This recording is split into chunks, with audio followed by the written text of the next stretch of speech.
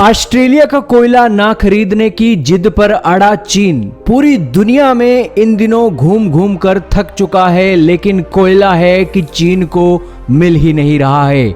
दोस्तों, क्या आप यकीन मानोगे कि रशिया से लेकर इंडोनेशिया और यूरोपियन यूनियन से लेकर अमेरिका तक चाइना ने खाक छान ली है, लेकिन कोयले की भारी किल्लत देखने को मिल रही है।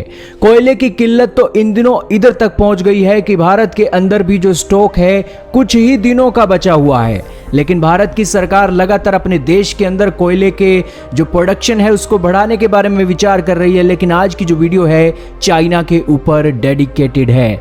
दोस्तों, चीन ने, जैसा कि आप आर्टिकल के अंदर देख ही रहे हो, चाइना ने ऑस्ट्रेलिया का कोयला जो अपने वेयर हाउसेस के अंदर रोक रखा था उसको क्लियर करने के लिए हरी झंडी दे दी है। इस हफ्ते चीन के वेयर हाउस के अंदर जो ऑस्ट्रेलिया का कोयला पड़ा था उसको क्लियर करने के ऑर्डर दे दिए गए हैं। दोस्तों, चीन में पावर का एक बहुत बड़ा क्राइसिस खड़ा हो गया है, क्योंकि पिछले एक साल से लगातार ऑस्ट्रेलिया के कोयले के ऊपर बैन लगा कर रखा है और कोविड-19 के कारण जो कोयले की एक्सपोर्ट इंपोर्ट थी वो भी लगातार रुकी हुई थी, जिस कारण से कोयले की कमी हो गई है। अब हालात ये हैं कि चाइना के अंदर क्राइसिस इतना बड़ा है कि उसके देश के अंदर की जो कैपेसिटी है, चाइना के अंदर भी कोयला होता है, आपकी जानकारी के लिए बता दें, लेकिन उस कैपेसिटी को बूस्ट अप करने के लिए भी चाइना को कई महीने लग जाएंगे, जिस कारण से चाइना को मजबूरी वश इन दिनों ऑस्ट्रेलिया के कोयले को दोबारा से क्लियर करने के ऑर्डर जारी करने पड़े हैं। अब दोस्तों, बात करें चाइना की। चाइना ने क्या एडी से लेकर चोटी तक के जोर लगाए हैं, तो उसके ऊपर भी आप नजर कर लीजिए। चाइना ने रशिया को कहा कि आप हमें कोयला दीजिए, लेकिन रशिया कहता है कि हम कोयला देने के लिए तैयार हैं, लेकिन हम अपना जो कोयला है यूरोपियन यूनियन की मार्केट में बेचते हैं। दोस्तों, कोयला जरूरी नहीं है बिजली बनाने में काम आएगा।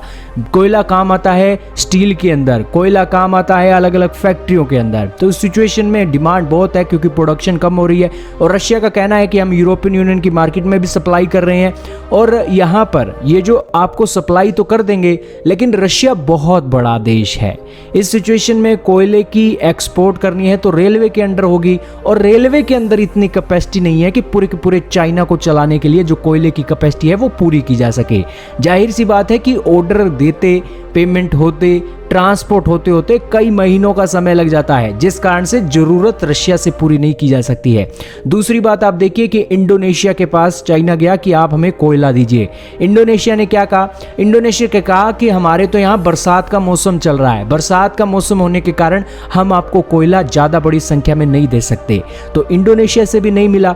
जो चाइना की जो एनर्जी की फर्में हैं वो कजाकिस्तान पहुंच गई।